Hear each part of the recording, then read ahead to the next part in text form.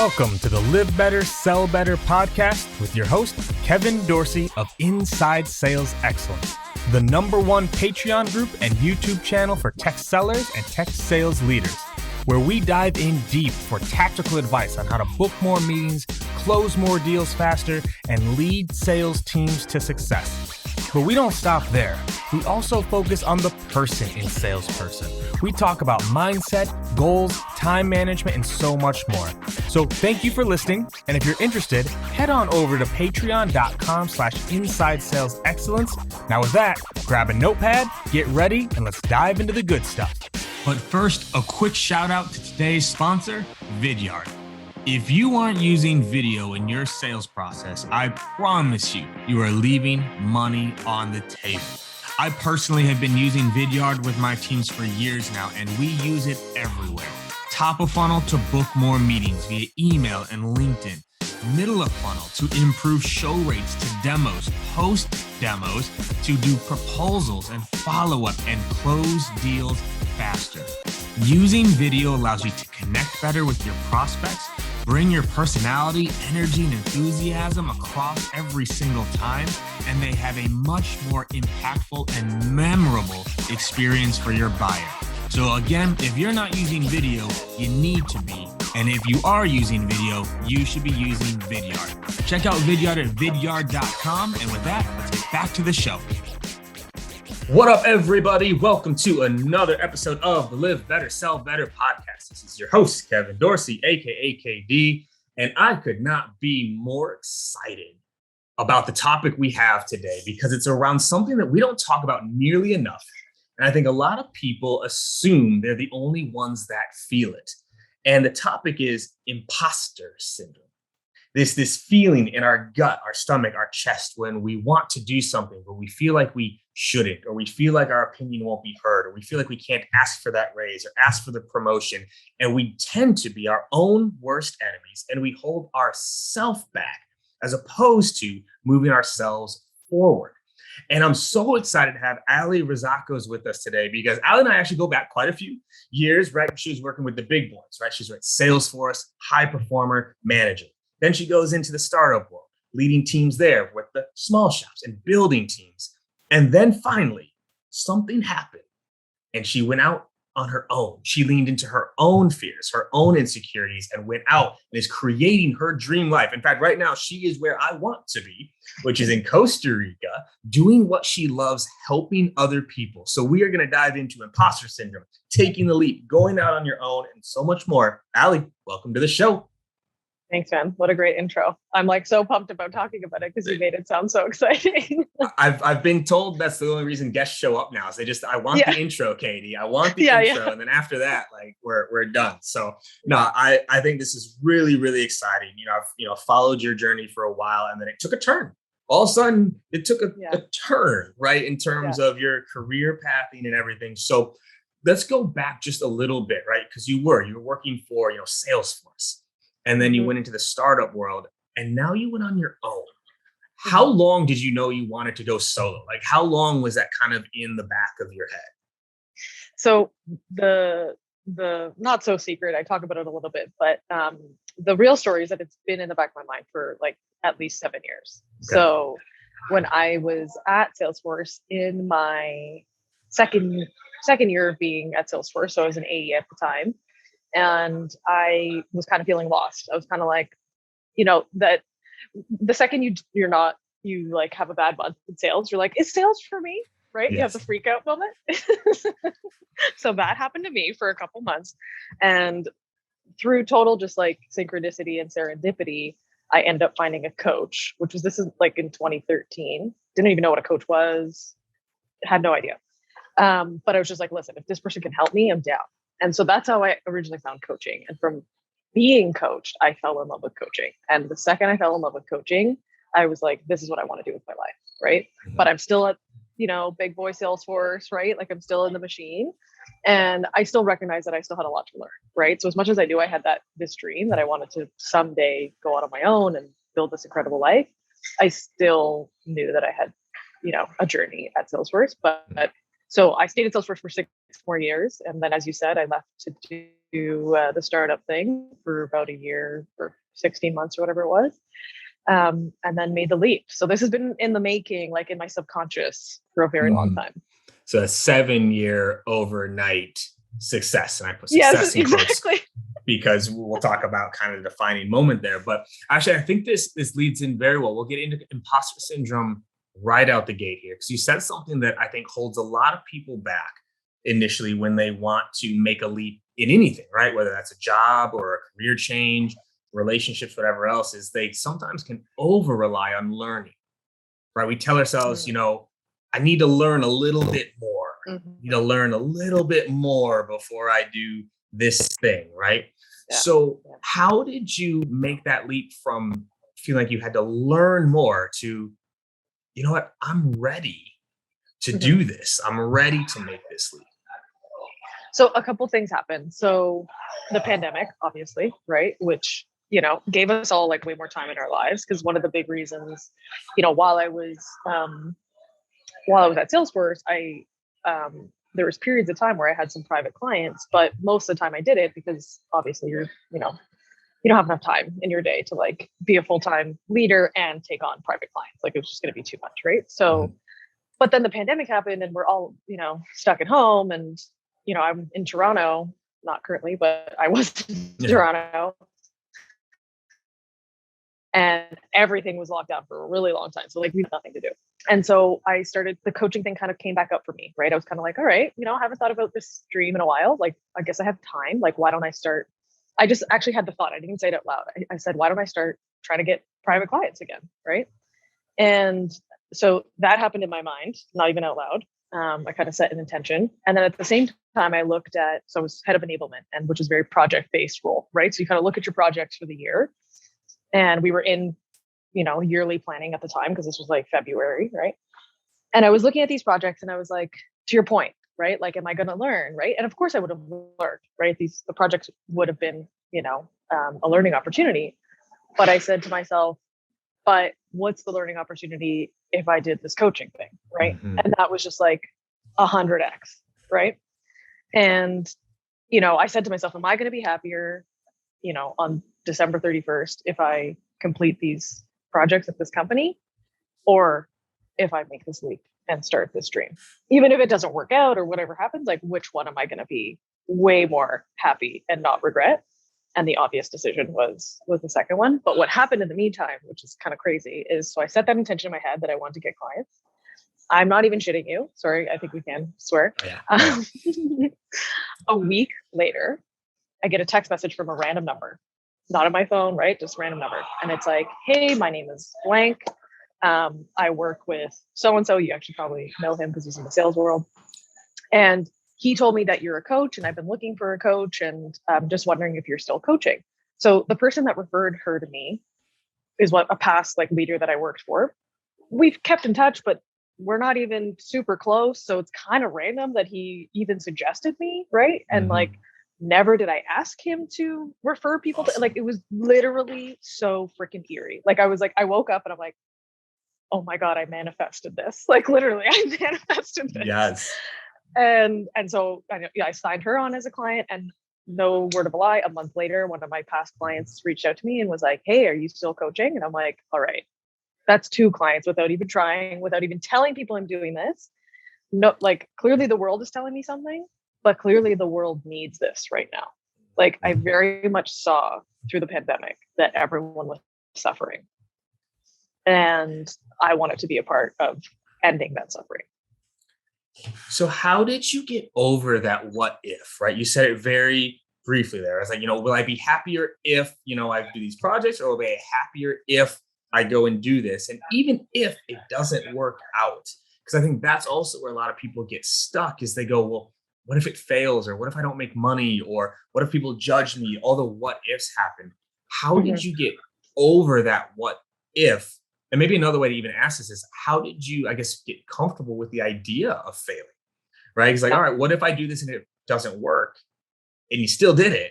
How did you work through that fear that I think a lot of people have? Yeah. So this is where I actually have, like, I guess, a potentially different take on imposter syndrome in itself, right? Because how you described it is very true, right? But when I looked at my life, if I stayed in that role of head of enablement, I was feeling major imposter syndrome, by the way, when I was the head of enablement, because I had never had that kind of title before. I'd never really done these types of projects, and I was utilizing my skills and my resourcefulness to like literally figure it out as I go, right? And I mean, by the way, that's what everyone fucking does, but but it makes you feel like you don't know what you're doing, right? So that creates imposter syndrome, right? And so I was feeling huge amounts of imposter syndrome at my job. And then, but when I'm coaching, like, because I have private clients, like, I never feel like an imposter. Like, I never feel that feeling. Like, when I'm coaching, I feel in complete alignment with myself, right? And that was the other reason why I wanted to take on a couple clients before I made the leap. Obviously, it's like kind of a smart decision, but it was also like to check in with myself to say, okay, after these coaching calls, like, what do I feel, right? Like, am I exhausted? Am I drained? Am I energized? Like, and I would get off these calls and I would like run into the other room, you know, to my boyfriend and be like, oh my God, like, what a good call, like, la la la. And he was just like, whoa, like, this is such a different you than I've been seeing every single day, right? And it was just like so obvious that like I was being an imposter to stay in that job, right? So imposter syndrome sometimes is actually alerting you to the fact that you are actually an imposter, because this job is not what you're meant to be doing. Like, you have a larger purpose or a different purpose in this world to fulfill, and this is not it, right?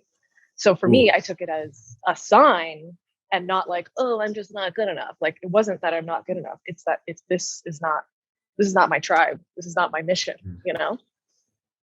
Whoa. So now we're getting deep now. So I knew this was gonna be good. I knew this was gonna be good. So okay. So then how can you tell the difference? Because I think sometimes people take exactly what you do and what you felt and say, like, well, that's why I'm not ready. Right. Because I feel these things. That's why I'm not ready. You know, I am scared of that job. So I shouldn't do it. So how, like, how do you walk that line between imposter syndrome, which is holding you back from something that you are ready for, and the flip side of like reading the signs that maybe it's not right for you?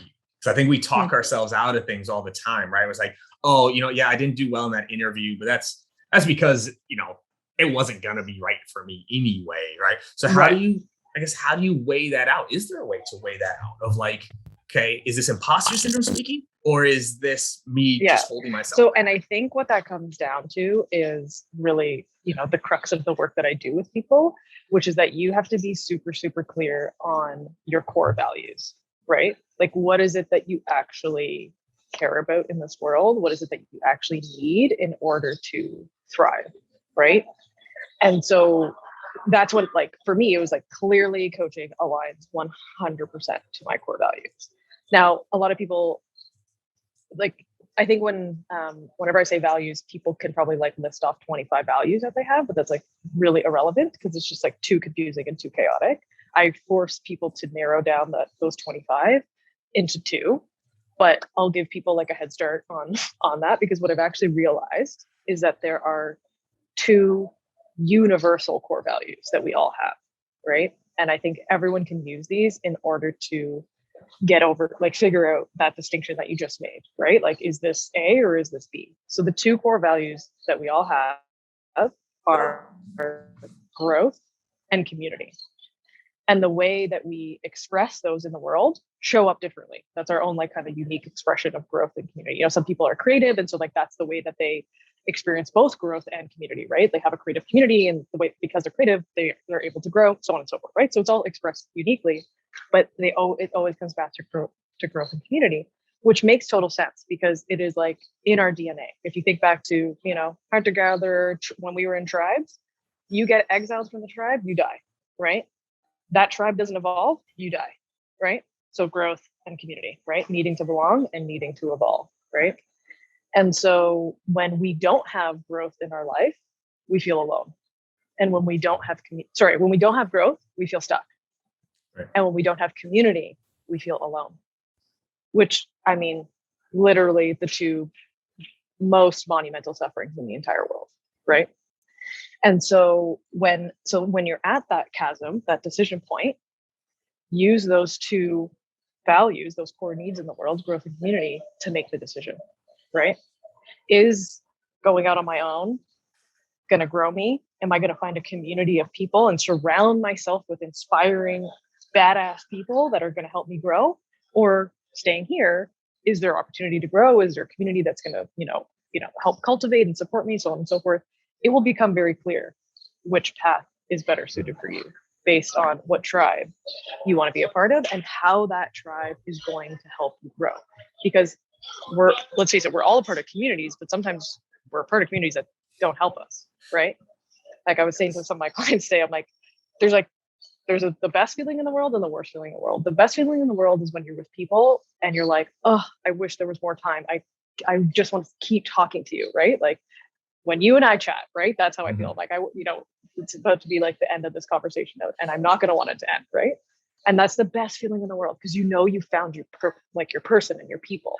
But the worst feeling in the world is when you're like, when is this conversation over? I gotta get out of here, right? And like those just aren't your people. That's not your tribe, right? And so it's so important to find your people and find your tribe because that community is what will exponentially help you grow. You can grow on your own, but you can grow way faster and way bigger with people. And I love that. And I think it really does come down to also like taking action. So I want to take a step back to something else you said there, right? Is like, I think a lot of people can resonate with what you mentioned of like, after the fact, you feel great. Like after you're working with a client, you feel amazing. After you get off stage, you feel great. Like after you went for the close, you feel great. But it's that 5 seconds before to actually make the decision that most people never do. They know afterwards, even like going to the gym, right? Going is the hardest part. Once you're there, people are like, oh yeah, this feels great. What's some of the advice you give people to actually make that leap, to actually do the things that, like, this is so simple, but not easy, where it's like, what made you happy? A lot of people know what makes them happy, but then it's scary. It's scary. So like, what are some of the pieces of advice you give people to actually take that step to push through that fear, to get into kind of the actions they should be taking? Yeah. This might seem like exactly what I just said, but I think it becomes less scary when you know your values, right? Okay. Like if you know that this decision that you're about to take is so aligned with your core values and it's going to honor them, it can still be scary, right? But you know that it's going to be the right decision, right? Because it's going to align, right? It's when you don't know your values and you're just like making a decision and you have no measuring stick of like, is this the right one or not?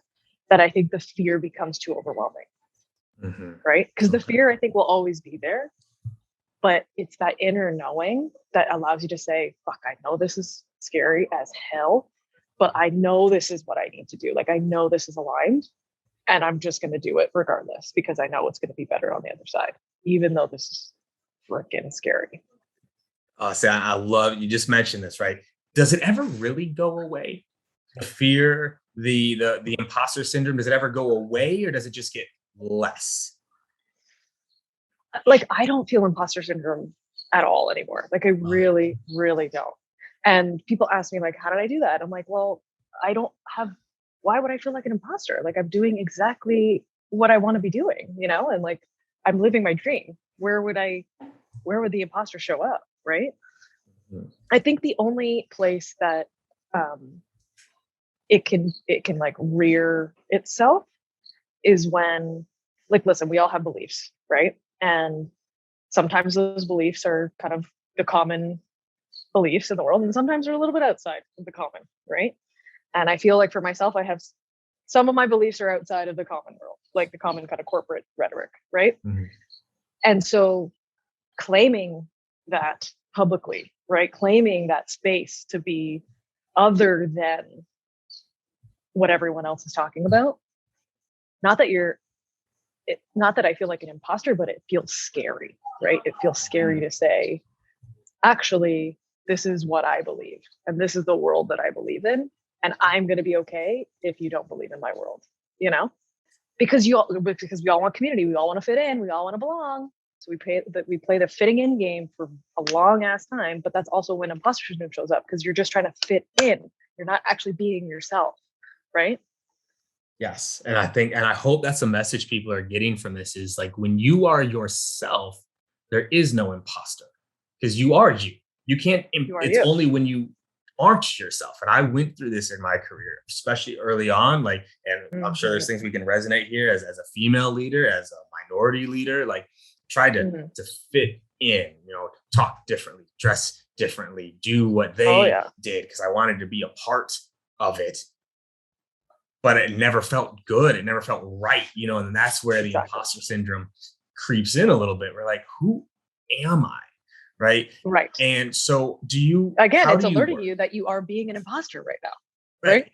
And we always, I think oftentimes with imposter syndrome, we're thinking about we're imposters to other people, when in reality, it's like, it's You're an the imposter to imposter is yourself. like here, like we are the imposter. They are who they are. They're probably being an imposter too to themselves, right? Like Right. John Barrows and I have joked about this before of like so often after our presentations or speeches, whatever, people will come up and say, thanks for being real. Right. And you're like, And it's like, how when would did I being real else? become so rare Honorable. that Honorable. it's Yeah, something to be exactly. called out? So do Yeah. you work with your clients on all like how, I guess this is gonna sound weird, and if this is a dumb question, we'll move on, but like how to know who they are? Because for a lot of us, we have been pretending for so long that 100%. we don't know who we are. We don't know what our values are because we've always Yeah. been trying to take other people's on. So, like, Yeah. how do you work with people to maybe discover that a little Yeah. That's honestly the basis of my coaching, right? So like I have kind of like core curriculum, if you will, bit? but it's not about me teaching my clients anything. It's about actually teaching them about who they are, right? So the first 3 sessions that we go through, there are like assigned exercises that are all about going inwards and all about, values, strengths, that negative self-talk stuff. And we can get into that because it's fucking fascinating. But figuring out like what is your specific judge? What does it tell you? What does it sound like? What does it look like? What does it feel like? Right. And that judgy voice shows up, it comes from your childhood, right? So then we go back a little bit to be like, what did you tell yourself as a kid in order to feel like you were lovable, right? We all make up a story when we were like around 5 years old to say, okay, so my parents aren't meeting all of my needs because I don't know how to communicate them, right? And they're imperfect. You don't say that as a kid. You say, my parents are perfect. I must be damaged and broken. So in order for me to be lovable, I have to do X to be lovable, right? So for example, I'll give you my example so it makes more sense. So I'm what they call a hyperachiever, right? Mm-hmm. So I made up a story when I was young to say that my parents, namely my father, because we all have daddy issues, no matter what our gender is, that Yes. I will be lovable to him. I will get his approval and his love if I am successful, if I keep doing, if I keep producing, if I achieve things, right? So it was like I had to be the best at soccer. I had to be the best at dance. I had to be the best at school. I had to get a corporate job. Like I look at my life and I'm like, holy shit, I've just been literally making decisions as an adult based on some fucking talk track I developed as a child, right? And we all are. We all are. Mm-hmm. And that is like an absolute light bulb moment for my clients to be like, Jesus, like my whole life has been shaped by this lie. It's a lie. Like it's a total, it's a delusion that we've created, right? Anyways, going back to it. So we go do all this inner work and create this foundation of like who you are, right?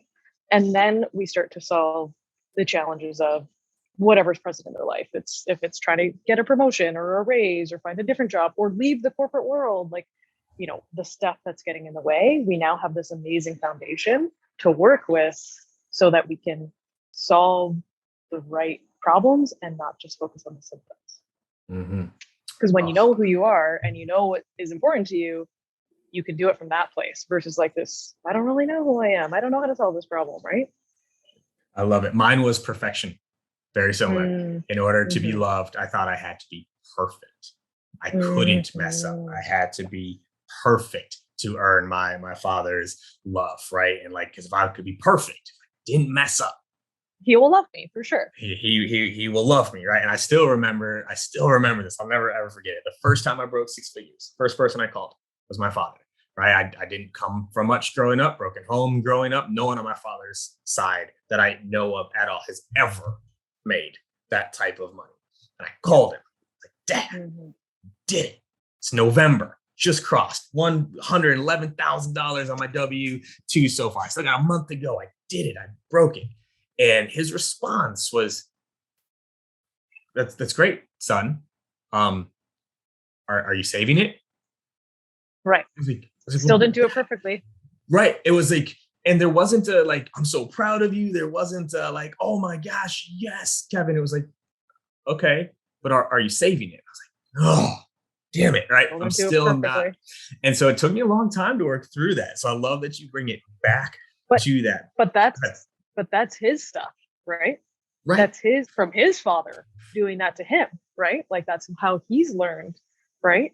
And so what we call them in coaching is saboteurs, because they literally, this perfectionism is self-sabotage, right? Yeah. It holds you back. It takes over your time, like all this kind of stuff. It's all self-sabotaging beliefs. It's crazy. It's crazy. So, all right. So now we've gotten to this point, right? So, you get your values, you work through, okay, here's who I am, right? Here's, what maybe some of the backstories from there. And then I guess what comes next to then really, I guess, embrace that, right? So I think this idea of like almost the acceptance of oneself, like, okay, now I realize who I am, but in order to no longer be an imposter, I have to accept it. I have to be able to lean into it and be that person.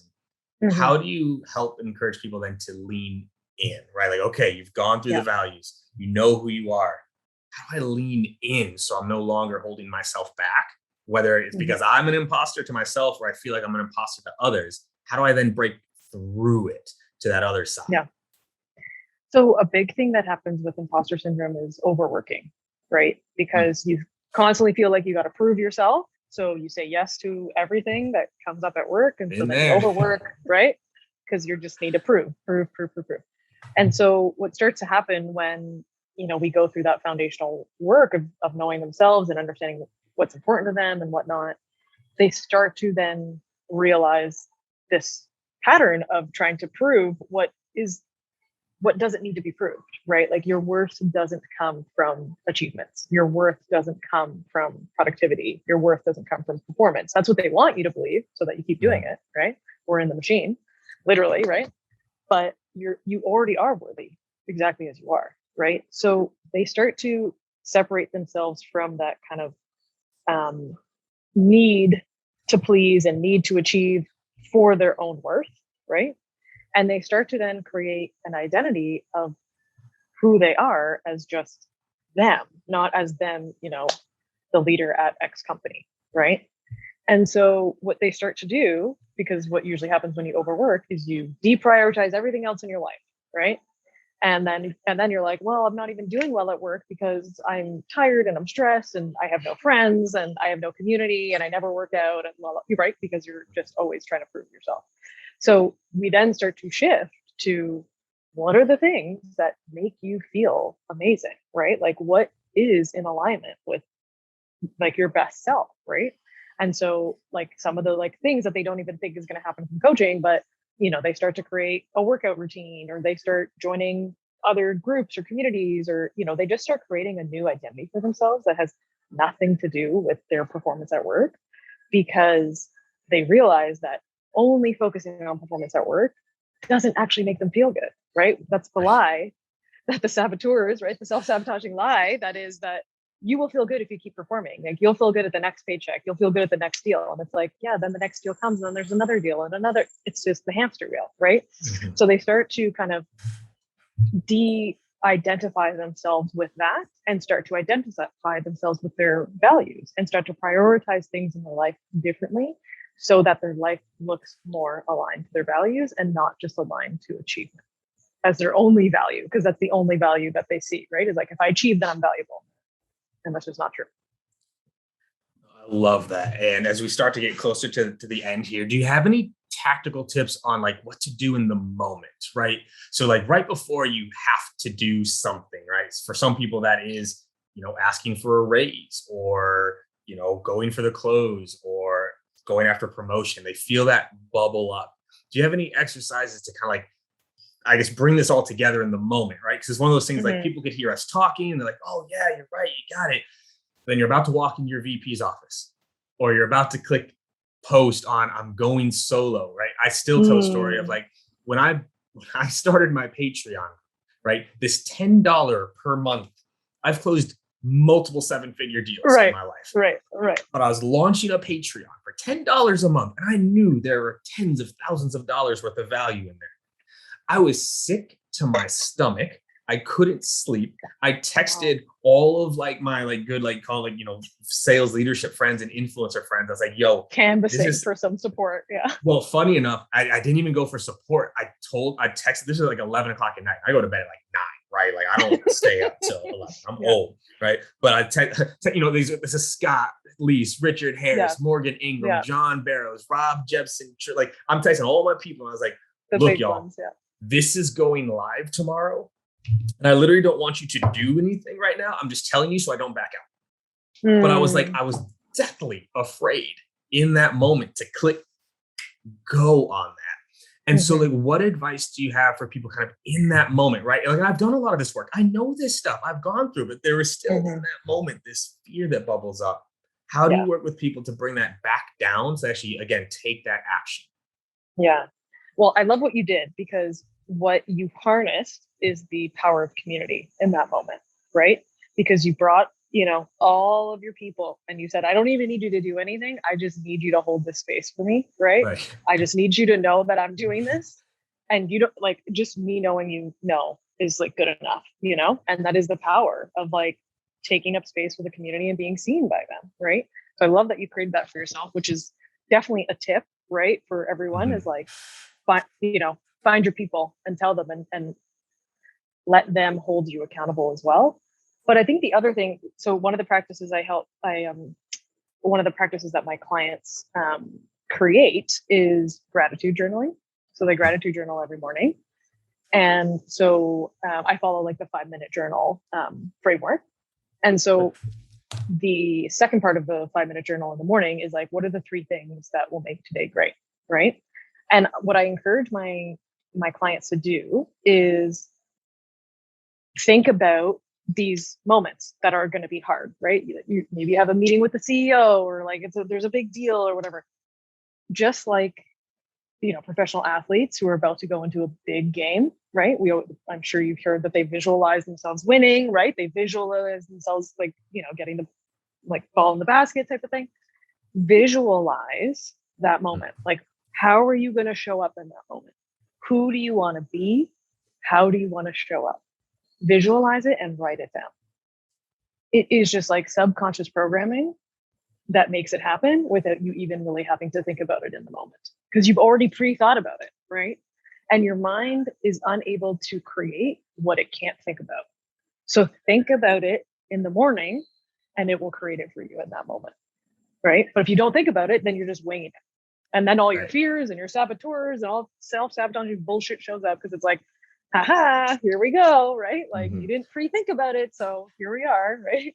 Yes. One of my favorite quotes around this, I wish I could find who said it, but now like the internet gives credit to anything and everything, so you never know who actually said it. So hopefully like in another decade, people credit me for this quote. It says, worry is a waste of imagination.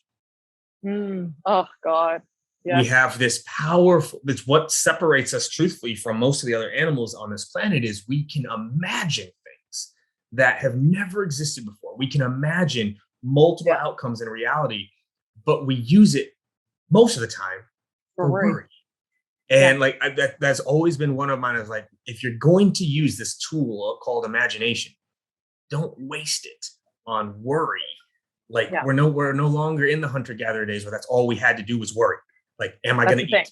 Am I going to be safe? Is it going to storm? Is there a saber-toothed tiger? Whatever. We're past that.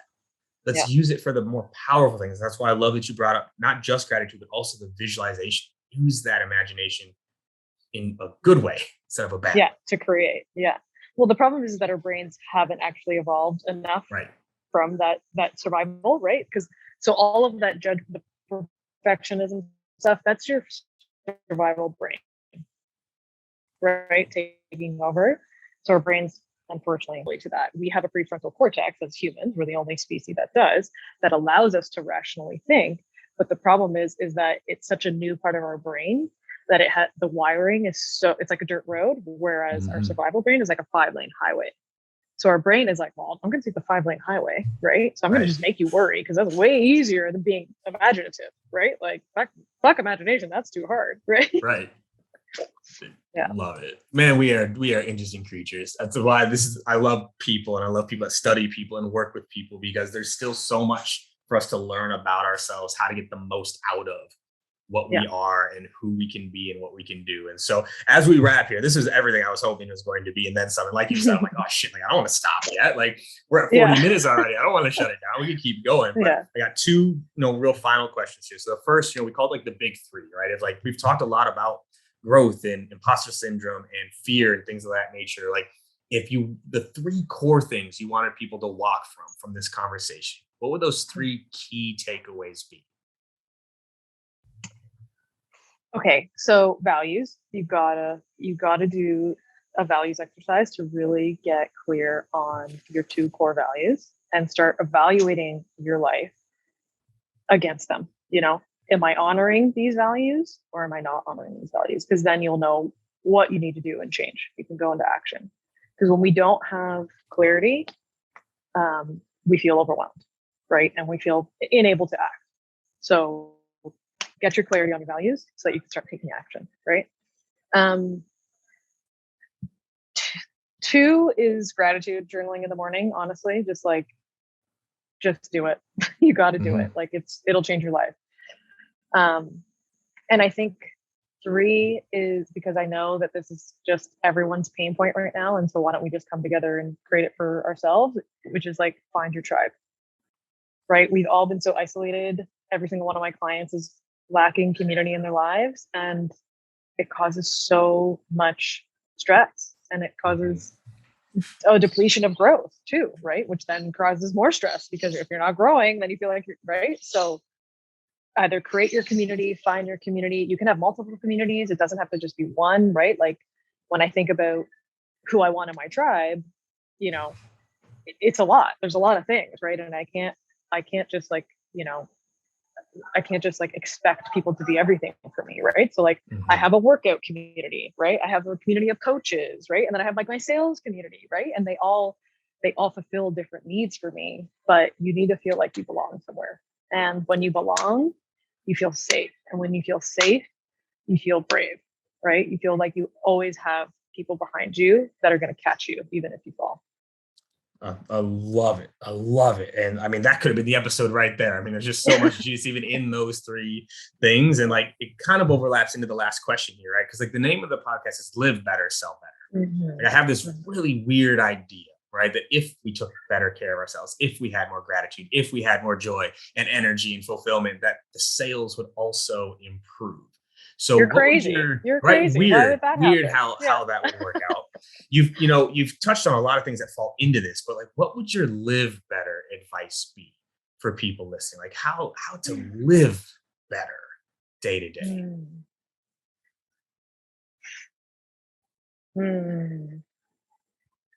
I think that there's so much there. I'm trying to think of something that I haven't already said, because I don't want to sound like a broken record. I think repetition is everything. Repetition's everything. There's nothing wrong with it. It's true. Yeah. I think it goes back to a surefire way to live better is to be with people that inspire you all the time, because you are a product of those people, right? You're a product of the people you hang out with most. And so make them amazing, badass people, right? Because if they're not doing cool, interesting, fun, inspiring things, you won't have the bravery to do it either, right? So true. And then, so speaking of amazing, brilliant, badass individuals, you are one of them. How can people get more of you? Where can they find you? Where can they follow you? Where can they get the content you're putting out? Where could they work with you? I'm sure there's people who hear this and go, hey, I need more of that in my life. How do people get more Alli in their life? Absolutely. Yeah. Like my whole thing is really around growth and community and how we can create a freaking limitless potential for people. So I'd love to work with your awesome audience. Best way to find me is on LinkedIn. So my name, Alli Rizacos, and then pretty easy, my website, allirizakos.com. So you'll find all the ways to get in contact with me, follow my content on LinkedIn. I post 5 days a week. I have a newsletter that you can find on my website. So those two places are definitely where you'll find me. Hell yes. Well, I'm signing up for that newsletter for sure. Because also that's where I think I can live continuously vicariously through you in lovely Costa Rica, which I'm incredibly jealous of. But it's basically a weekly dose of the things that I'm still learning. Hell yes. Well, Alli, I learned things today. I know the audience learned things today. Thank you so much for your time, your energy, your insights. This was amazing. Really appreciate it. Thank you for the great questions. Hell yeah.